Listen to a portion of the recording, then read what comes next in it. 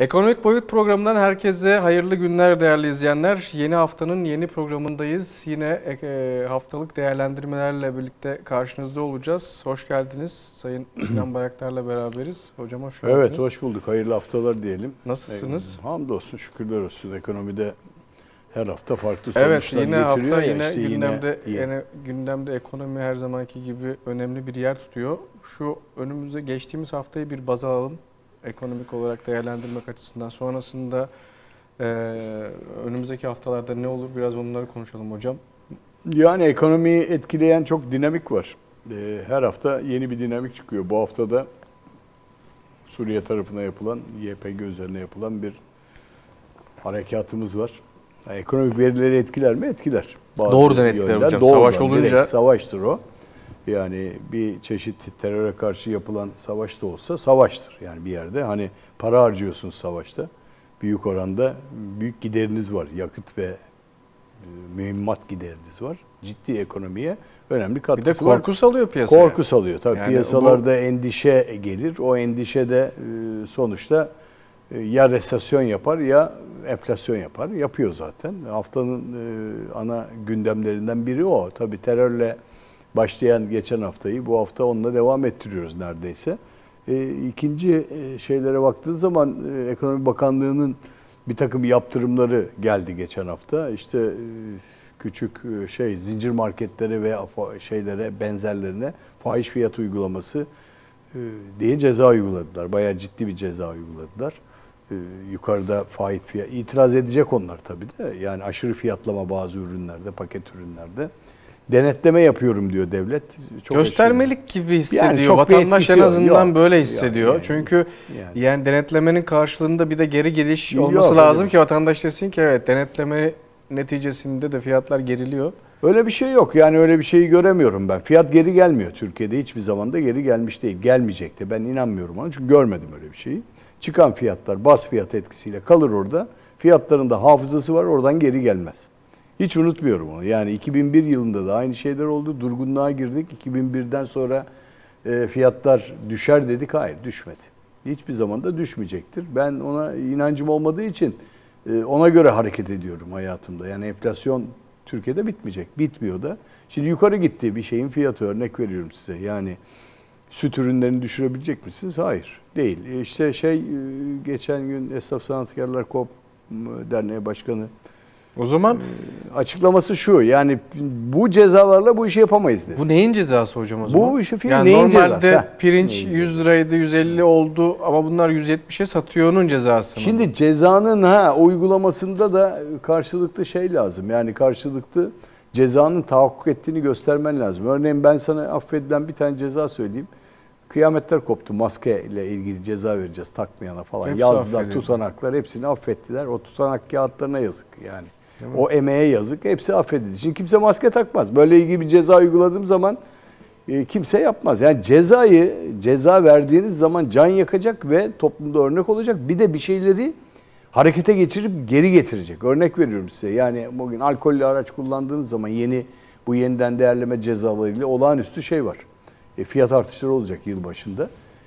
Olağanüstü bir ceza, 9.000 liralara 10.000 lira varan bir ceza. Yani bu tip bir ceza uyguladığınız zaman yaptırım etkisinin çok olması lazım. Şimdi 9,5 milyon lira ceza uyguladığınız şeylere veyahut işte milyar neyse tam rakamı hatırlamıyorum da ciddi bir ceza uyguladılar. Ne kadar geri getirecek, ne kadar arttırmayacak fiyatları bilemiyorum. Evet. Yani burada haftaya damgasını vuranlardan biri oydu. O ceza tartışmasıydı. Ama halk inanmıyor zaten fiyatın geri geleceği. Etin fiyatı geri geliyor mu? Sütün fiyatı geri geliyor mu? Gelmiyor. Sadece benzinle küçük bu denetim ne için? Daha da için? artmasın diye mi? Artmasın diye herhalde. Yani fiyatı sabit yapmak için. Hani geçen hafta konuştuk biz bu programda. Yunanistan bile fiyatları sabitledi bir yerde. Temel gıda. Ben hep onu söylüyorum. Stratejik ürünlerde fiyatların devlet tarafından koordineli, kontrol edilebilir olması lazım. Koordine etmesi lazım özel sektörle bunu. Özel sektörde benim maliyetim var diyor. Şimdi bu maliyetleri arttıracak çok ciddi bir aya giriyoruz. Aralık ayına. Önümüzdeki haftalarda çok farklı şeyler konuşacağız. O kadar farklı şeyler konuşacağız ki ortalık karışacak. Yani şöyle karışacak, EYT geliyor, asgari ücret tartışmaları var. resesyon belirtileri daha yok Türkiye'de, Avrupa'da var gibi konuşacağımız konular arasında. Ama nereye doğru gideceğimizi önce bir şeyde görmemiz lazım bizim. Yani önümüzde Aralık ayı, yani Kasım bitiyor. Aralık ayında ciddi çatışmaları var, sistem çatışmaları var, fiyatlamalar var, yeni şeyler çıkacak, yeniden değerleme oranlarının tartışılması var. Bu arada tabii ülke gündeminden düşmeyen çok da polemikler devam ediyor. Siyasilerin konuşmaları her hafta sonu birileri bir yerlerde veyahut işte grup toplantılarında konuştuğu zaman gündem değişiyor. Farklı boyutlara doğru gidiyor olaylar. Hepimizin yaşadığı olaylar bunlar. Doğru. Haftalık Doğru. yani. Bir de bunların üstünde zaten yüksek olan enflasyonla yeni yıla giriyoruz. Bu da bir Evet. endişe yaratıyor. Yeni yılda bu Kesinlikle. enflasyonun bu kadar yüksek gitmesi, acaba bu yeni yılda beklenen bazı krizler var. Bu krizlerle beraber daha da mı artacak enflasyon? Vallahi halkın endişesi? beklentisinde şu, nabzını tuttuğumuz zaman tümünde onu görüyorum ben. Yani piyasa ve halkın arasında, yani pazarda da dolaştığımız zaman onu görüyoruz. Nasıl olacak bu sorusunu soruyorlar. Yaşamı sürdürüyorlar ama yaşam gittikçe zorlaştı. Yani enflasyon endişe yaratıyor. Hakikaten endişe yaratıyor. Türk halkı üzerinde çok etkisi yoktu eski yıllarda. Şimdi endişe yaratmaya başladı. Çünkü enflasyona alışık olmayan, çok aşırı bu fiyatlara alışık olmayan 20-25 yaşlı bir kesim var. Hiç görmemişler böyle bir şeyi. Yani görmemiş derken Türkiye'de fiyat artışları var. Evet, kurlar arttı, bir şeyler oldu. Ama 2018'in Temmuz'undan bu yana Türkiye ciddi şekilde enflasyonist baskı yaşamaya başladı. Niye 2018'in Temmuz'undan bu yana? 2018'de o kur fırtına dediğimiz kurların patlaması siyasi olay nedeniyle. Amerika'nın ben sizin ekonominizi çöktürürüm dediği noktada 2018 Temmuz ortalık alt üst oldu. Ve ciddi biz kur maliyeti içine girdik o dönemde. Tabii hemen yansımadı o kur maliyetleri 2018'in Temmuz'unda. Sonra hatırlıyorsun. Ondan sonra bir sürü olay geldi ortaya. Neydi onlar? İşte dövizde sözleşme yapılmasın, dövizde kira verilmesin, bilmem ne yapılmasın diye çok farklı versiyonlar girdi ortaya. Şimdi oradan baktığınız zaman bir şeyi şöyle okumak lazım. Enflasyona alışık mıydık biz? Bizim kuşağımız evet. Bizim kuşağımız evet. Yani hani kıyıda kefen parası dursun. Tedbir alalım, tasarruf yapalım, bir yerde lazım Ne olur. olur Bizim ne kuşak olmaz o. bakış açısı. Ama bu 25 yaşlık kuşağı 25 senedir bunlar enflasyon türü şeyi görmediler. Çok fazla görmediler. Yani şeyi düşünüyorum Bunu hiç kimse da görmedi hocam. görmedi tabii. %100. Yani 2001'de biz %5, 2003 araları %5 enflasyona geldi Türkiye. Kurlar durdu. Kur baskılandı. 1.40 liraydı dolar. 1 lira 40 kuruş. Bakın 1 dolar 1 lira 40 kuruş. Yani birebir neredeyse yakınlaşmış. Neredeyse, 40 evet. kuruş fark var arada. Şimdiki farka bak. 1 dolar 18 lira. Yani o çok büyük bir anormal bir sıçrayış var. 2008'e kadar böyle gitti. 2008'de 1.60, 1.70, 1.40 o seviyelerde 2 lirayı zorladı. Olmadı ama yani uzun süreler. Şimdi ithalat yapıldı. Evet. İhracat bir işe yaramadı. Evet. Yani çok fazla kurlar rekabetçi değildi. 2008'den sonra devletin harcamaları tasarrufu biraz bırakarak büyüme endeksli bir şeye geçince 2008'den o arada seçimler oluyor. İşte yeniden iktidar oluyor. Bir şeyler oluyor. İşte değişik şeyler gelmeye başladı. 2018'de patladı olay. 2018'de kalkınca ortaya bu dolar kurları bu sefer döndü. Olay getirdi. Bizim bütün ürünlere gıda Doğru, dahil vurdu. Türkiye'nin en büyük Doğru. problemi nedir? Gıda fiyatlarının artışı. Ben yiyemiyorum, içemiyorum. Kiraların artışıdır falan. Yani bunlar geldi bizi zorlayan bir kesim haline getirdi, koydu. Şimdi bunu nasıl aşacağız? Zor bunu aşmak. Yani şeye bakıyorsun tümünde değişimler hepsi şeye dayanıyor. Fiyat artışlarına dayanıyor. Halk fakir mi? Yani gelir seviyeleri çok açılınca 50 bin liralık bir ücret 25 bin liraya düştü sayılır. Asgari ücret 5.500 liraydı. 2.500 liranın hareketi var asgari ücrette. Düştü. %100 enflasyon yaşıyorsunuz. Sizin yaptığınız 5.500 liralık ücret bir işe yaramıyor açıkçası. Yaramayınca yeniden zam yapmaya geliyorsa. Şimdi gelecek Aralık. İşte ortalık karışacak. Yine aynı şeyler olacak. Aynı benzerini işte gene yaşayacağız gibi bir durum var. Dediğim gibi yani hem bunlar bekleniyor hem gıda fiyatlarında artış daha da yükselmesi bekleniyor. Yani bu enflasyon daha da tetikleyeceğini düşünülüyor. Yani bunu da koyarsak da o zaman çok daha şimdikinden daha fazla bir enflasyon Çok beklentisi fazla. olabilir mi? Şimdi daha fazla olabilir. Türkiye için söylüyorum, Avrupa için de aynı şey, dünya için de aynı şey. Kış şartları, iklim şartları, kuraklık, çok basit bir şekilde kuraklığı Avrupa geçen yaz bayağı bir kurak dönem geçirdi. Belli bölgeler özellikle. Ve İtalya, İspanya ciddi kuraklık yaşadılar ve tabii zeytin, domates üretiminde hasat kaybına neden oldu bu kuraklık. İklim şartları ılıman iklimde şu anda. Ciddi bir şekilde Avrupa ve Türkiye üzerinde ılıman iklim var, yağmur yağmıyor. Yağmur yağmadığı için tarlaları ekemiyorlar. Avrupa için de geçerli. Aynı şekilde tarım tarafı. Biz hakeza öyleyiz. Yani ekilecek tarlalar yumuşamadı bildiğim kadarıyla. Tarım tarafıyla konuştuğumda. Ne geliyor? Gıda fiyatlamaları.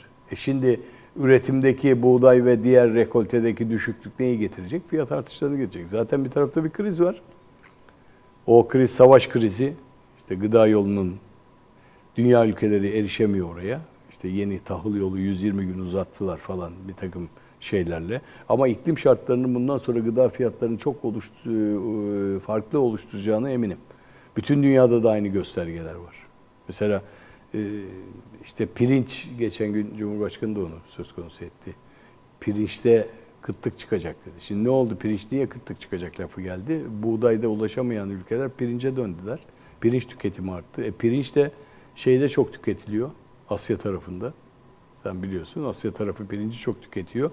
Şimdi pirinç Hindistan'da da çok fazla. Hindistan diyor ki bir gıda krizi çıkmaz pirinçte ama fiyatlamalarda ciddi bir şekilde talep olduğu için yukarı doğru da gidecek. Pirinç üretim. Mesela bizde o su lazım pirincin yetişmesi için.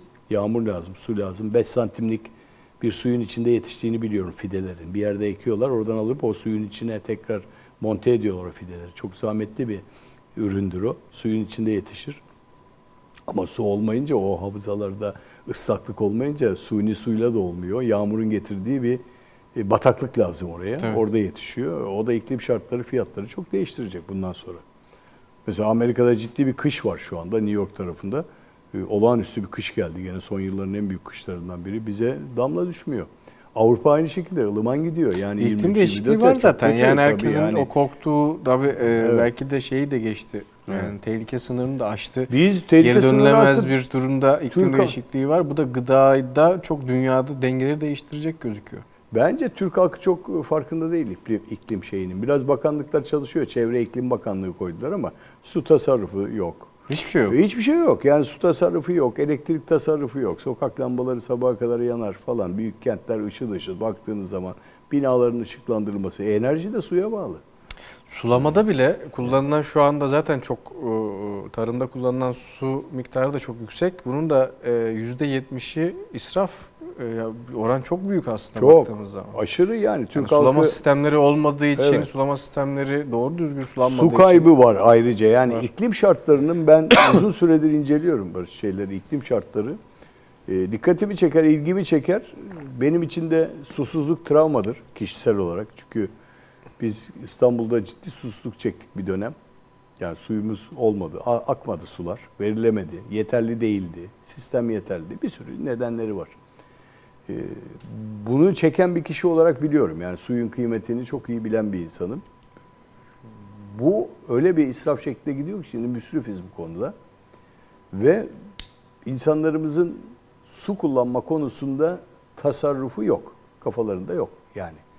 Bütün Türkiye böyle. Yani herkes halı yıkıyor, herkes araba yıkıyor, herkes abuk subuk bahçe suluyor. Ve dolayısıyla hiçbir denetim ve kontrol olmadığı için tümünde yani buradan başlar, ailede başlar su kontrolü. Sonra yukarılara doğru gider. Önce bireylerde, fertlerde, çocuklarda başlayan su kontrolüyle bir yere doğru gitmek lazım. Tamam, bakanlığın adını değiştirmekle bir yere varamazsınız. Bu da bir başlangıçtır. İklim ve Çevre Bakanlığı oldu o bakanlık. Şimdi onlar duyarlılar. Bir takım sempozyumlarla bu dile getiriliyor ama hızlı hareket edilmesi gerekiyor. İşte çevre kirlenmesi, ozon kazanının bozukluğu, diğer şeyler hepsi problem halinde. Yani tümünde şeyi yaşadığınız anda iklimin fiyatları ve şeye getirecek olayı. Mesela ben su konusunda çok hakikaten hassas davranmaya çalışıyorum. Her programda da konuşmaya çalışıyorum onu. Suyu çok dikkatli kullanmamız lazım. Sadece su fiyatlarıyla değil. Geçen gün Anadolu'nun bir kentinde seminerdeydim. Oradaki arkadaşlarla sohbet ederken, hocam burada bize suyu bedava veriyorlar. Çok ucuz burada dedi. Yani ben dedi çok para ödemiyorum burada dedi. Hakikaten suyumuz bol burada dedi.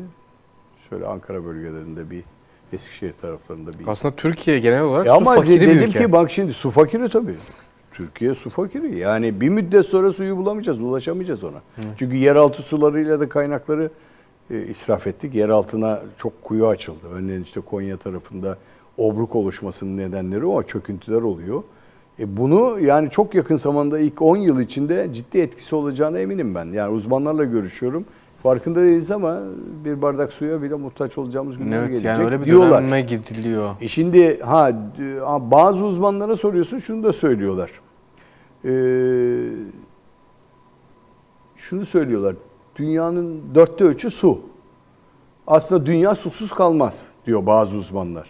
Yani deniz suyunu arıtarak bunu kullanabiliriz. Ama çok pahalı biliyorsun.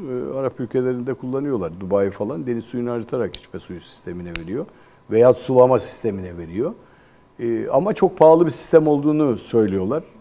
Neticede bu da olacak belki. Yani bunu yapacaklar. Çünkü bazı uzmanlar kesinlikle su sorunu dünyada olmaz. 3/4'ü deniz olan bir dünyanın su sorunu olmayacaktır. Bu teknolojiler Geliştirildikçe bu tür suların da artık içilebilir olduğu bir dönemde evet, bunlar özellikle ama yani, bu suda bunu olmasa gıdada muhakkak olacağı belli. Gıdada kesinlikle bundan sonra geri fiyat beklemeyin. Yani olmayacaktır. Devletler en büyük sorunu gıdada yaşayacaklar. Yani su fakiri diyoruz ya bu ülkeye, su fakiri. Dünyanın her tarafı su fakiri aslında ama biraz daha bilinçli kullanıyorlar galiba onlar. Mesela atık sulardan çok iyi değerlendirmeleri var.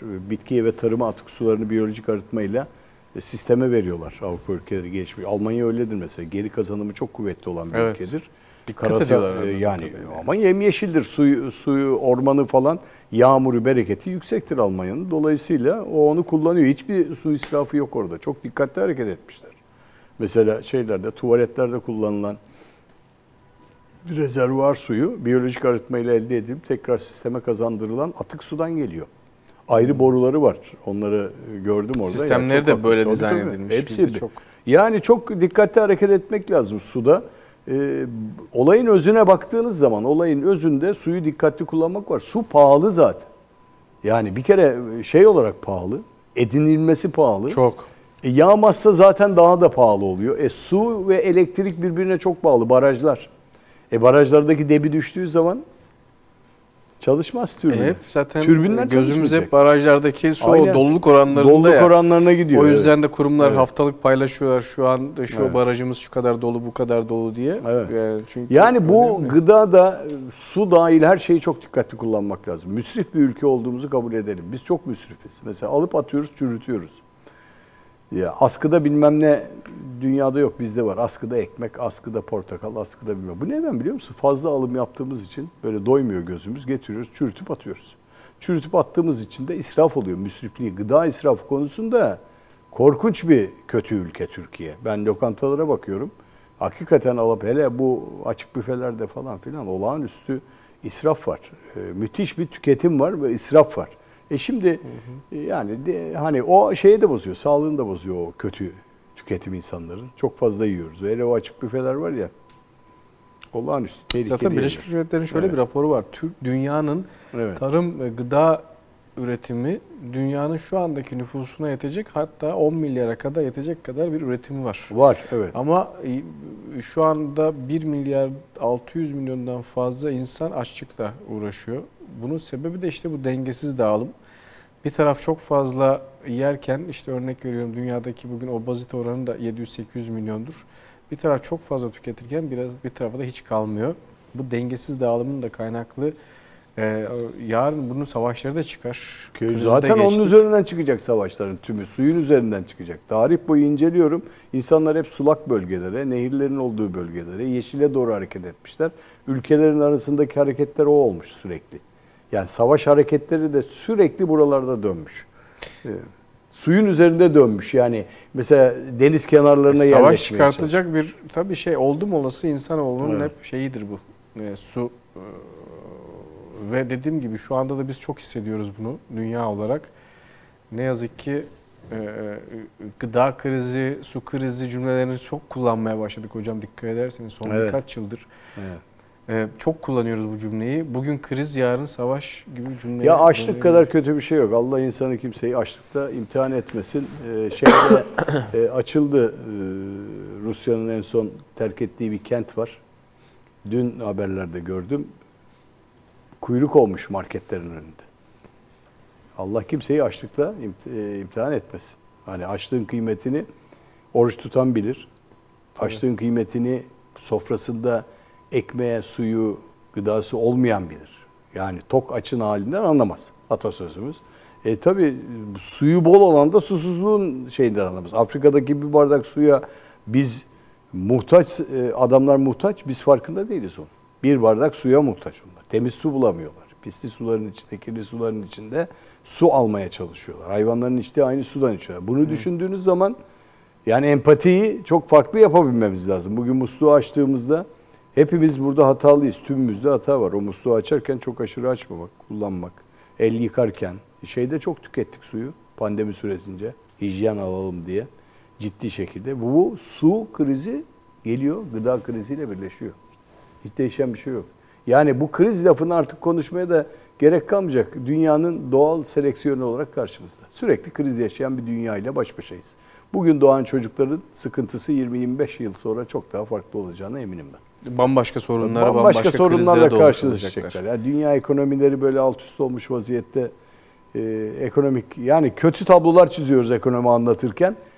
Yani görünen köy kılavuz istemiyor. Yani çok böyle hani şöyle güzel bir yemyeşil bahar yolları çizemiyorum insanlara ekonomide. Çok böyle arkamıza yaslanıp rahat edeceğimiz şeyler yok yani dünyada. Dikkatli gitmek lazım, dikkatli götürmek lazım. Bugün müsrifliğin anlamı yok. Gıda krizi derken evinizde bile artık parasal ulaşamadığınız şeyde kriz çıkacaktır. Yani 10 tane ekmek alan insanlar var eve. 10 ekmek. 10 ekmek aldığı zaman insan eve düşün. Yani parayı düşün 10 tane. 5 lira, 6 lira, 60 lira, 70 lira ekmek çok yani parası. Yani enflasyonun getirdiği kriz işte en büyük şey. 5 lira ekmeği gördü. Yani tencere kaynayamıyor. Tencere kaynayamadığı zaman sıkıntı oluyor. Tencere kaynamazsa yani aç oluyorsa insan veya işte o istediği gıdayı alamıyorsa, bugün lokantalara bakarsan ciddi bir israf var. Hakikaten bakıyorum ciddi bir israf var. Yani insanın içi acıyor. Burada dikkatli gitmek lazım. Evet. Hocam şimdi Türkiye'yi konuştuk, küreseli konuşalım ama isterseniz kısa bir ara verelim. Bu aradan sonra küresele geçelim. Küreselde yaşanan bu resesyon, küreselde yaşanan enflasyon ve bunun Türkiye etkisi. Bir de son olarak tabii yılbaşı geliyor, asgari ücret konusu gündemde. Bir de onu konuşuruz önümüzdeki partta.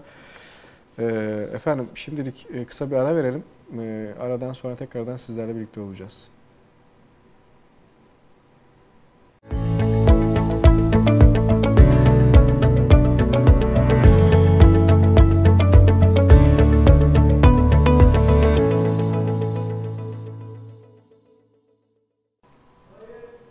Evet, kaldığımız yerden devam ediyoruz değerli izleyenler. Hocam şimdi küresel tarafı dedik ya konuşalım bu bölümde.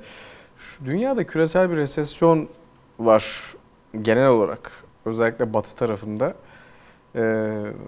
Bu bizim Avrupa tarafında yaşanan, özellikle bizim ihracatımız çok fazla oraya. Bizim bir büyük bir pazarımız. Bizim için bir şans mı bu resesyon? Yani bu bazen hani bazıları için kötü olabilir ama Türkiye için iyi bir şey mi? Yoksa bugün orada hissedilen resesyon bize de vurur mu yarın öbür gün? Ne diyorsunuz? Şimdi iki açıdan bakacağım ona. O Türkiye'ye şans mı değil mi? Dünyada bir resesyon da var. Yani aşırı fiyatlama. Avrupa'daki %10-11'lik fiyat artışı. Amerika'daki %7,5-8'lik enflasyon Amerika'yı resesyona sokmadı. Avrupa'yı soktu. İngiltere, Almanya ve diğer ülkeler, Avrupa Birliği ülkelerinde ciddi şekilde marketlerde satış azlığı başladı. Özellikle büyük sanayilerde, otomotiv sanayinde, diğerlerde satış durgunlukları yaratıyor. Şimdi Türkiye iki açıdan bakmak lazım. Bir, ihracat açısından şans değil. duran ekonomi oralarda resesyona giren Türkiye'nin ihracatını azaltır. Mal almaz sizden ki bu yaşanıyor bugünlerde. Çok tam bir gerçek bu. Türkiye şans mı derken şanssızlık. Yani o açıdan bakarsan şanssızlık. Çünkü mal siparişleri azalmaya başladı. İhracatçıdan gelen son geri bildirimler öyle. Yani mal istemiyorlar, depolarımızda var diyorlar. Bu açıdan Türkiye için şanssızlık. Ancak değişik açıdan bakacağız. Avrupa'ya resesyon girmesi, mal satamadığı zaman onların Türkiye tarafından Türkiye tarafına dönmelerini gerektirecek. Eğer Türkiye'de Orta Doğu ve diğer tarafa Rusya'ya doğru mal satışı hızlıysa oradaki büyük firmalar Türkiye'ye kendi distribütörleri aracılığıyla mal satmaya çalışacaklar ki bu oluyor. İki türlü yani bir şanssızlık var, bir şans var. Türkiye'de Rusya ve Baltık ülkelerine doğru ciddi şekilde ihracat olmaya başladı. Ama bu zoraki bir ihracat. Zoraki ihracat. Yani bu kalıcı bir pazar değil, kalıcı bir ticaret değil. Ama bunu işte kalıcıya çevirebilir mi Türkiye? Oraya bakmak lazım. Önemli olan o zaten. Önemli olan bu. Yani siz burada çok iyi organizasyonlarla, çok iyi yönetimlerle, iyi bir lojistik sistemiyle, nitelikli elemanla bunu kalıcıya çevirebilirseniz sermaye birikimiyle burada Türkiye sermaye alır bu açıdan baktığınız zaman. Onun için ben Aralık, Ocak ve Haziran'a kadar Türkiye'nin bu şansları iyi kullanması gerektiğini inanıyorum. Fırsat aslında Türkiye için. Yani bizim Türkiye'deki ihracatçılar için de. Çin atasözüdür. Krizler fırsattır. Krizlerde fırsatı yakalayacaksınız. Bunlar mesela fırsat. Şimdi şans ve şanssızlık olarak baktığınız zaman evet Avrupa'ya mal satamayız. Avrupa Birliği'ne büyük oranda ihracat yapıyoruz.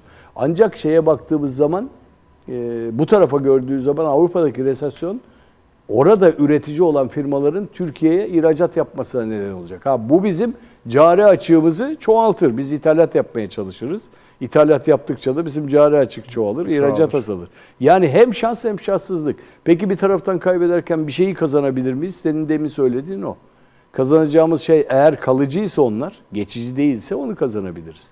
Yani iki tarafı kötü baktığınız zaman resesyonun. Resesyon bizde hissedilmedi. Yani şu anda yok. Ben her hafta konuşuyorum biliyorsun bu programda. Ben Türkiye'de resesyon görmüyorum. Yani fiyat durgunluğu yok. Açılan şirket sayıları yüksek.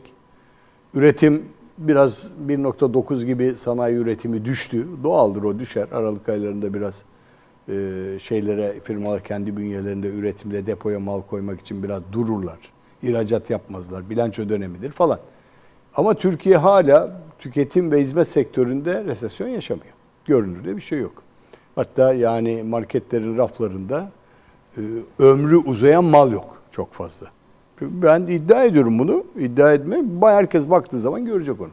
Girsinler markete, baksınlar rafta uzun süreli mal kalmıyor. Konuşuyorum, kendileri de konuşabilir. Yani hocam var, satılmıyor falan diyen esnafa söylüyorum. Ben büyük küçük mahalle aralarındaki esnafa bakıyorum. Var diyorlar, hareket var. Yani bir alışveriş var. Bu fiyatlara rağmen bir alışveriş var. İlginç o da. Yani Türkiye'nin resesyon yaşaması şu anda bir ufukta görünmüyor. Hatta resesyonu belki de kıracak olan bir şey var. İki tane önemli bir gelir kapısı açılıyor Türkiye'ye. Bir tanesi biliyorsun ki EYT, bir tanesi de asgari ücret. Tekrar bütün rakamlar oynayacak. Yardım paketleri bilmem neler falan gelince gene parayı salacaklar. Satın alma devam edecek. Yani. Enflasyon da devam edecek. Parayı verdikçe enflasyon devam eder. Mevcut fiyatlara alışırsınız. Alışmadık mı? Geçen konuştuğumuz gibi 100 lira 10 liralık fiyat 100 lira. 100 lira 10 lira şeyine geldi. Seviyesine geldi satın alma gücü olarak. Eski 10 liranın seviyesine döndü. 100 liraya alıştık. Yani 1 liraya 2 liraya bir yere girerken o fiyat 20 lira oldu. O 20 liraya alıştık. Evet. Yani o 20 lira falan 10 lira bir işe yaramadı. Gerçekten yaramadı. Küreselde de bu böyle değil mi hocam? Küreselde de aynı şekilde. Küreselde çok ciddi hissediyorlar. Mesela Amerika biraz geriletmeye başladı. Mesela Amerika'da geçenlerde aldığım veri şuydu. 2 küsürlük galonu 3-3,5 litreye denk geliyor benzin fiyatı. 4.60'lara falan çıktı Amerika'da. Çok aşırı bir fiyatlamaydı. Şu anda 3 küsürlerde, 3.10'larda falan Amerika'da benzin fiyatı. Yani litresi 1 dolara falan geliyor neredeyse Amerika'da. Resesyonda da Amerika'nın şeyi yok. Resesyon yaşamadı. Alışveriş devam ediyor. Fiyatlamada da geri gelmeye başladı. Biraz aldıkları şu faiz arttırımlarıyla parayı biraz faize çekerek enflasyonu engelleyecek tedbirleri çok sert aldı FED. Yine de devam ediyor. Amerika'da fiyatların durduğu, enflasyonun durduğu, çok ileri gitmedi verileri geliyor. Bu Amerika'dan. Avrupa'da fiyatlar çok ileri gitti. Avrupa'nın en büyük sıkıntısı marketteki fiyat değil, enerji. Malum yaşanan şey. Ve orada bu enerji giderleri ciddi resesyon yaratmaya başladı, enerji giderleri. Şimdi ne olacağım? Yani ben ne kadar ödeyeceğim? İşte Türkiye'den talepler şu, pelet istiyorlar. Peleti biliyorsun. Evet. O peletlerden sıkıştırılmış talaş yakıt için kullanacaklar. Soba istiyorlar. Yani onlar endişeliler. Doğalgaz fiyatı ve elektrik fiyatı çok yukarı gidince onlar direkt resesyona giriyorlar. Satın almayı durduruyorlar. Yani gazın vanasını kapatıyorlar, suyun vanasını kapatıyorlar. Çünkü mesela Almanya'yı öne al, Almanya'yı. Bu tip krizlerden çabuk çıkar. Niye biliyor musun? Yani olduğuna savaş yaşamış bir toplum. 1945'te yoku görmüş adamlar. Yoku gördüğü için fertlerine, çocuklarına bu israfı ona göre anlatmışlar. O nesiller aktarmış. Biz aktaramadık. Bizim en büyük problemimiz o. Yani çok müsrif bir grubuz biz. Yani gerçekten bizim yaş grubu da öyle. Bugünküler de öyle. Müsrif, harcayan.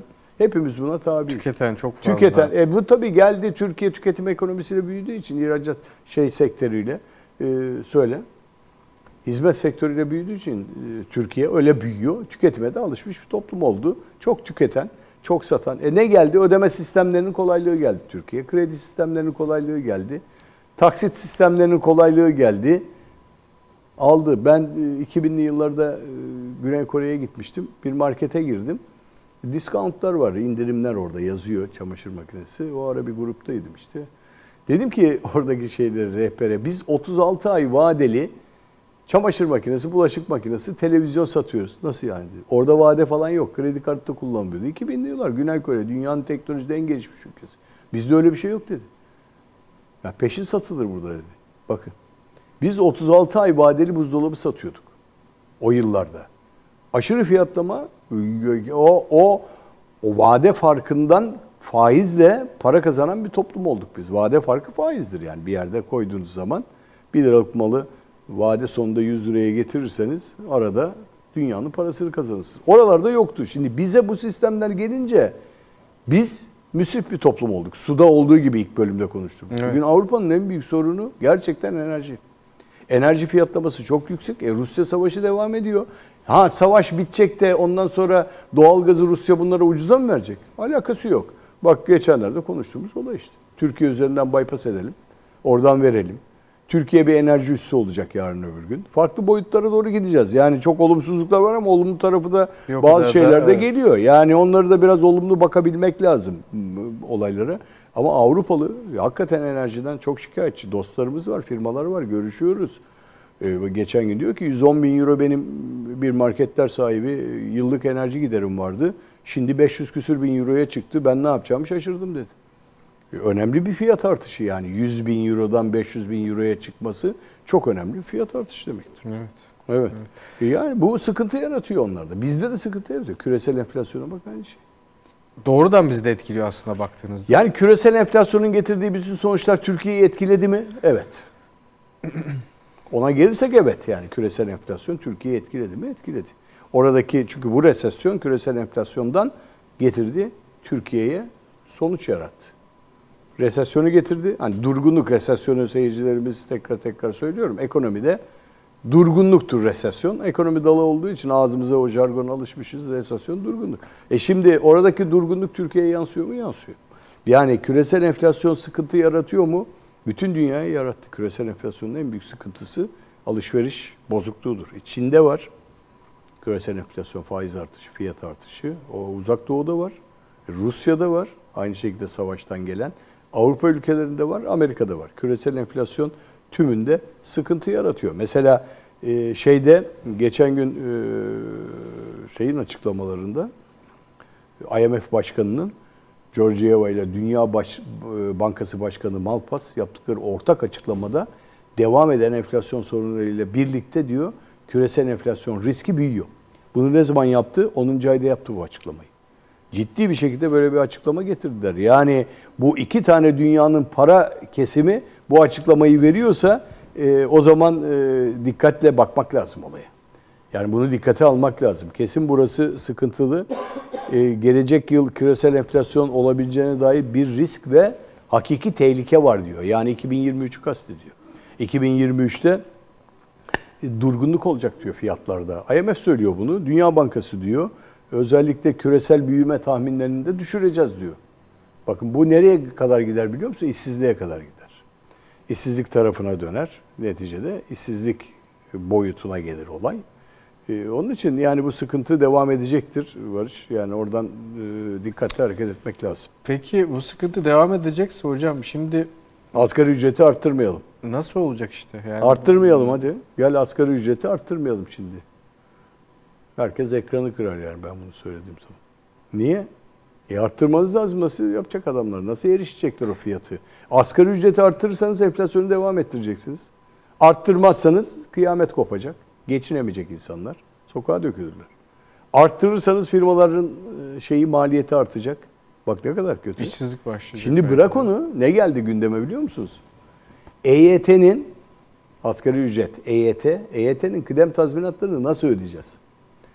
1000 işçi EYT'ye başvurdu benim fabrikamda. 4000 kişi çalıştırıyorum. 1000 tanesi EYT'ye başvurdu. Giderine kadar 20 milyon lira yaklaşık ortalama. O firmanın 20 milyon nakit çıkışı yapması lazım. Nereden bulacak bu parayı? Herkes anında EYT'ye girdi. Ben emekli olmak istiyorum dedi. Emekli oldu. Nasıl ödeyecek o firma? Mümkün değil. Şimdi formül arıyorlar ona. Bankalardan sıfır faizli kredi, işte taksitlendirme. Ödeyemeyecekler o kıdem tazminatlarını. Mümkün değil yani. EYT geldi ben emekli olayım sevinecek millet ama o tazminatları alamayacaklar firmalardan. Bakın o önümüzdeki günlerde o geliyor. Yani asgari ücret gelecek. Firmanın maliyeti %60, %50 attı. Tamam mı? Arttı yukarı doğru vuracak mı asgari ücret söylemleri? 8-10 bin liradan yani %60 enflasyon kadar. Enflasyon tahminine bak %60 Merkez Bankası. Kur tahmini 19 küsur. Enflasyon tahmini 60-65 anketi. Yıl sonu, Aralık sonu. Şimdi bunları yaptığın zaman bu sefer verdin. Tamam popülist yaklaşım arttırdın. Zam yaptın asgari ücrete. %80 yaptın. Yukarısı ne diyecek sana? 10 bin lira yaptın diyelim ki 8 bin lira. 8 bin liralık ücret var şu anda. Ne diyecek sana ama ben asgari ücret mi alacağım tabii diyecek. canım o da 3 yıldır çalışan. Yukarıya doğru artık yukarı doğru vuruyor. Olduğu gibi yukarı doğru gidiyor. Yani enteresan bir şekilde. Yani ben iki taraflı konuşmak zorundayım. Firmaları da düşüneceksiniz. Çalışanı da düşüneceksiniz. Ortada bir denge bulmak lazım. Türk hiçbir yerde bağırıyor asgari ücret şu olmalı. Öbür taraftan sendikalar giriyor asgari ücret bu olmalı. İşveren giriyor. Yani işveren tarafı sendikal hareketleriyle biz batarız kardeşim diyor. İşçi çıkarırım diyor o zaman ben veririm tazminatlarını. İşçi çıkarırım diyor. Kapatırım firmayı diyor. Şimdi firmayı kapatmak kolay değil. Bir sürü kıdem tazminatı sorunu var tabii firmayı kapattığınız zaman. Çok ciddi kıdem tazminatı var. Ama buna fon ayırmış olanlar o fonları da kullanıyorlar. Yani firma içinde bilançonun üzerine fon ayırıyorlar kıdem tazminatlara. Ama bugün asgari ücret Aralık ayında kan gövdeyi götürecek gene anlamıyla. Yani her iki taraftan yani bir tarafta küresel bir sıkıntı var. Bir tarafta vergi sorunları var. Bir tarafta ihracat söylemleri var. Bir tarafta siyasi söylemler var. Bir tarafta savaş hala devam ediyor bir taraflarımızda. Harcama yapıyorsunuz, insanlar ölüyor. Terör söylemleri var. Yani böyle kaosun olduğu bir dönemden geçiyoruz. İşin en ilginç tarafı ne biliyor musun? Türkiye bu kaoslarla beraber seçime doğru gidiyor. Yani bir de o var. Bir de o var yani Aralık'tan sonra şimdi bir altılı masa, yedili masa, onlu masa, beşli masa, ittifaklar yer değişecek, değişmeyecek bir sürü basını okuduğun zaman kafan karışıyor. Şimdi ben de bir vatandaş olarak bakıyorum. Yani ülkenin idaresinde ne olacak sorusu geliyor. Mevcut iktidar devam etsin, etsin. Peki bu sıkıntıları nasıl aşacağız? Aynı şeyleri yapacaklar. Aynı şeyler devam ediyor. Yeni gelen gelsin bir şey mi yapacak falan endişeleri ben fert olarak yaşıyorum ki biliyorsun Barış bizim kuşağımız 2 günde bir seçim geçiriyordu. Biraz abartıyorum ama 3 ayda bir seçim yapardı. Çok sık seçim yapardı. İşte o zamanlar bir sürü cepheler, koalisyon falan. 6 ay sürer. 6 ay sonra mecliste önerge verilir. Başbakan düşürülür. Bir şeyler olur falan. Bir sürü. Şimdi bu tip şeyler, söylemler Aralık ayından sonra hızlanacak Barış. Hep konuşuyoruz onları. Siyasi söylemler gelecek. Belki bir sürü değişimler olacak. Belki milletvekilleri arasında mecliste bir sürü değişimler yaşanacak. Onların hepsi gelecek fiyatları etkileyecek. Şimdi en büyük organ kim? Merkez Bankası. Merkez Bankası'nın ben enflasyon anketine bakıyorum. Enflasyon var 60-65 civarında gidiyor. Hala değişmedi. Dışarıdan alıyor verileri. O verilere göre hareket ediyor Merkez Bankası da. Şimdi o da hayal kurduramaz insanlara. Yani bugün herkes internete girsin. Merkez Bankası'nın enflasyon verilerine baksın. Yani siz o zaman dersiniz ki ben neye şey yapayım, yatırım yapayım? Yani ben neyle, değerlerimi nereye koyayım da enflasyona karşı kendimi koruyayım? Ona bakarsınız. Neye koyarsanız koyun şu an 2022 enflasyon tahmin orta noktaları 42.8 falan açıklamış. 60 ile 42 arasında bir rakam açıklayacaklar. 2023 sonunda %12.9. Geçen sefer de %5 hedef vardı 2023. Olmadı. Savaş geldi. Bilmem ne geldi. 2024 sonunda %8. 5'lerden bile bahsedemiyor Merkez Bankası. 5'lerden çıktık. 8'leri falan yani. Bırak yani biz hani fiyatlar duracak %8 artacak anca. Mevcutlar gidecek. %40 artacak. Ben sana söyleyeyim. Enflasyon hedefinde %40, %50. Merkez Bankası hedefi. Peki zeytinin fiyatı kaç lira? 80 lira. Değil mi? Öyle bir %50 koyar mısın üzerine? Tabii. 130 lira. Öyle mi? 2023'ün sonunda 130 lira. Ya hedefe göre gidiyorum ben şimdi. O da oradan artacak. 130 lira benim iyimser ha. Yani %40, %60-70 artacak o. Olabilecek en iyi. En iyi ben iyimser davranıyorum. 130 liraya razıyım diyorum. 130 lira. Belki 150 lira, 200 lira olacak o zeytin. Hasattan dolayı, küresel iklim krizinden de dolayı ayrıca. Zeytini örnek vereceğim. Sonra gelecek bunların hedefine göre 2023 yılı sonunda da %13 falan olacak. Ona sonra o 130 liraya bir 50-60 lira 15-20 lira daha koy 2023'te. Demek ki 2023'ün sonunda 1 kilo zeytin 200 lira falan. Aşağı yukarı. Tahminen 200 lira civarında. Tanesi kaça geldiğini hesaplarız. Tabii. Yani çok ilginç yani bunlar. Şimdi ben bunları hangi gelir seviyesiyle aşacağım? Hangi gelir seviyesiyle aşacağım? Yani Merkez Bankası'nın enflasyon verileri. Dolar artacak. İthalattan gelen maliyet zaten artıyor. Para basılıyor, değer kaybedecek. Değer kaybedecek, para basacaksın. Başka neyle karşılayacaksın? Geçen ne söyledim? 75 milyar dolar para girecek içeriye. Girsin, girerse. O da 70-80 milyar dolar taze para girmesi lazım içeriye, yatırımlarla bir şeylerle girmesi lazım. Yok öyle bir imkan. Girecek, o zaman dolar kurunu aşağı indirelim. Hadi dolarımız bollaştı, rezervlerimiz arttı. Biz bir de müslimiz, onu da kullanırız bir yerlerde. Mart ayında işte doğalgaz devreye girecek, Karadeniz doğalgazı. Bedava mı verecekler? Karadeniz'den çıkan gazı bedava mı verecekler? Hala şey diyor ki Enerji Bakanı, ben gazın %80'ini sübvanse ediyorum diyor. Bu ne demek biliyor musun? Şimdi Enerji Bakanlığı ağlıyor. Bak %80'ini biz ödüyoruz. %20'sini halktan alıyoruz. %20'si bu fiyat bu arada. %20'si bu fiyat. Sonra gelecek, ondan sonra şey çıkacak ortaya. Doğalgazı verecekler. Ben zaten sübvanse ediyordum. Ben ucuz vermem bunu. Dünyanın parasını harcadım diyecek şeye. Gaz çıkarmaya. Vermez, ticari olmaz. O zaman devlet şunu yapar. Ben gaz parası. Şimdi 1000'er lira verdi ya. Yansıttı ya gaz şeyi. Gaz desteği verdi. Evet. Bazı konutlara ihtiyacı olanlara, müracaat edenlere. Şimdi öyle bir şey yapması lazım. Yani bunlar da biraz bana böyle büyük resmin bir tarafında küçük kalıyor. Çok bu ufak söylemler. Kalıyor değil mi hocam? Yani büyük resme bakıyorum. Büyük bir şey etkileyecek, bir şeye yardımcı olacak. Yani dişe olacak. dokunacak bir şey mi? Hani ben değil. Ne yapıyorum? Ben şimdi ülkeyi yöneten biri olarak neyi nereden ne şekilde yaparım? Tek yapacağım banknot matbaası. Başka bir şey yok.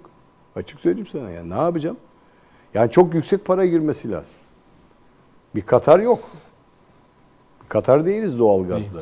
Değiliz. Ancak tabii gelişmeler var. Evet. Dış politikada önemli çıktılar elde edebiliyoruz. Bir şeyler yapabiliyoruz. İşte yeni politik açılımlar 2023'te olacak. Ne bileyim, Mısır'la dış ilişkiler düzeltilecek. Bilmem ne olacak. Akdeniz'de biraz daha hakim olacağız falan filan. O hemen etkiler mi ekonomiyi? Vallahi etkiler. Doğrudan hemen tabii. biz çok refah seviyesine erişir miyiz? Refah seviyesine eriştirmez. Refah seviyesi kelimesi çok farklı bir kelimedir. Bugün milli gelire baktığınız zaman dolar bazında 8.000 dolara düşmüş olan bir milli gelirden bahsediyorsunuz. Bu 50.000 dolara çıkartılacak hali yok bir anda. Yapamazsınız onu. Yani 85 milyona refah düzeyini arttıracak tedbirleri alamazsınız. Kolay değil o. Kolay olmaz yani. Çünkü tamamı üreten bir ülke değiliz. İthal eden bir ülkeyiz hala. Yetişiyor, bir şeyler oluyor ama kolay bir dönemden geçmeyecek. Yani öyle kolay değil. Hala 9-10 bin dolar civarında seyredeceğiz. Sizin şimdi kiranız 12 bin lira oldu. Düşürebilecek misiniz aşağıya? Giderinizden bahsediyorum. Yani bu da Mümkün onlardan biri. Mesela kiranız 12 bin lira oldu. Bütün bu politik söylemler, açılımlar ondan sonra bunların etkisi. Geri gelir mi? Gelmeyecek. Gelmeyecek. Bak iddia ediyorum gelmez. Hiçbir şey gelmeyecek. Ya adam 12 bin lira kira alırken 8 bin liraya düşer mi? Düşmez. Demeyecek. Bulamayacak kiracı. O ayrı bir olay. Bulamayacak, koyacak, çıkaracak, bulamayacak evler. Mümkün mü düşünebiliyor musunuz büyük kentlerde? Ev bulunamıyor o fiyatlarla gibi. Yani gerçekten nüfus artıyor. Ya 12 binden 10'a gelse de gene çok yüksek. Yok mümkün değil. Çok yüksek tabii. Çok Gelecek o fiyat çünkü. bas fiyatı olarak oturacak üzerine. Sen şimdi 12 bin liraya alışacaksın. 12 bin liralık gelire 50 bin lira bir senin maaşının gelirinin olması lazım ki onu katlanabilesin. Ona girebilesin. Bir sürü adli sorun. Doğru. Huzursuzluk yani. Yani bu programda çok keyifli şeyler konuşamıyoruz. Böyle gülemiyoruz. Ekonomi deyince bazen. ne yazık ki Ekonomi memlekette deyince çok maalesef. iyi bir şey söyleyemiyoruz hocam. Yani çok keyifli konuşamıyoruz Barış. Yani ben de rahatsızım. Herkes kendi cüzdanına İyi bakar. tarafından bakmaya çalışıyoruz. İhracatımız artıyor diyoruz. Tam o taraftan Evet. tutuyoruz ama bu sefer de ithalatımız da arttığı için paralelinde dış ticaret açığı ortaya çıkıyor. Yani bir taraftan iyi bakmaya çalışıyoruz. Resesyon var. Türkiye'ye bu avantaj diyoruz. İhracatımızı arttırıyor. Mal satıyoruz diyoruz ama yine bir noktadan sonra da bakıyoruz ki PMI verileri geliyor. Siparişlerde düşmeye başlıyor. Etkileniyoruz hemen. Yani politik konuşamıyoruz şurada. Politikacıya dokunuyor. Politik konuşmadan da ekonomiyi anlatamıyorsunuz. Mecburen. Mümkün değil. Yani bugün bir politikacının kalkıp ekranda bir şey söylemesi, bir gazeteye bir haber vermesi, bir grup başkan vekili bile etkiliyor bizi. Ha hocam dolar kurlarını etkiler mi? Ya kalkıyor Amerikan Başkanı Trump geçenlerde o krizinde, papaz krizinde Türkiye ekonomisini batırırım dedi. İşte 3 lira 5 lira olan dolar fiyatı 7,5-8 lira 10 liralara tırmandı. Birden zıpladı. Birdenbire zıpladı. Böyle hassas bir zayıf bir ekonominiz olursa hani Bu kadar çok da kırılgan olur. Ya zincir en zayıf halkasında kopar. En zayıf halkası da karın ağrısı, dövizi. Döviz rezervleri. Bizim en zayıf halkamız o. Cari açığımız ve dolayısıyla çok üretemeyen bir ülke olduğumuzdan problem halinde devam ediyor maalesef ki. Evet hocam, var mı ekleyeceğiniz bir şey? Yavaştan Vallahi kapatalım. ekleyeceğiz, haftalarda konuşacağız. Ekleyeceğimiz şeyler çok ama insanların canını da çok karartmayalım. Geleceğe umutla bakmaya çalışıyoruz. Umutla baktığımız için de yaşamaya devam ediyoruz. Evet hocam. Allah sağlıktan, sıhhatten ayırmasın. Önemli olan o. Yani Allah soframızdaki ekmeği azaltmasın. Dualarla gideceğiz biraz. Yani Allah yardımcı olsun diyeceğiz. Hepinize Evet, sağlıklı teşekkür günler ediyorum diliyorum gene bütün Sağ olun, izleyenlere. çok sağ olun. Evet değerli izleyenler, Sinan Bayraktar'la birlikte ekonomik boyutta haftalık değerlendirmeleri konuştuk. Ekonomik olarak neler değişti, neler oldu, neler olacağı konuştuk. Bizleri izlediğiniz için çok teşekkür ederiz.